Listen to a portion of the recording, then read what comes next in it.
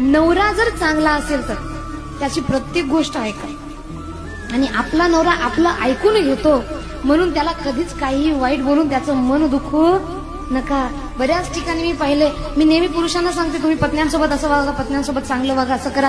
पण काही काही ठिकाणी असे की पतीला वाटते माझ्या पत्नीचं मन दुखू नये म्हणून तो तिला कधीच त्रास देत नाही, तो तिचं ऐकून घेतो. तर त्या पत्नीला वाटते की माझा पती मला घाबरतो आणि ती या गोष्टीचा फायदा घेते. बघा, एक लक्षात ठेवा, पुरुषांमध्ये एवढी ताकद आहे, त्यांनी एक जरी आपला काना खाली मारले ना, आपण 2 पावलं दूर जाऊन पडणार.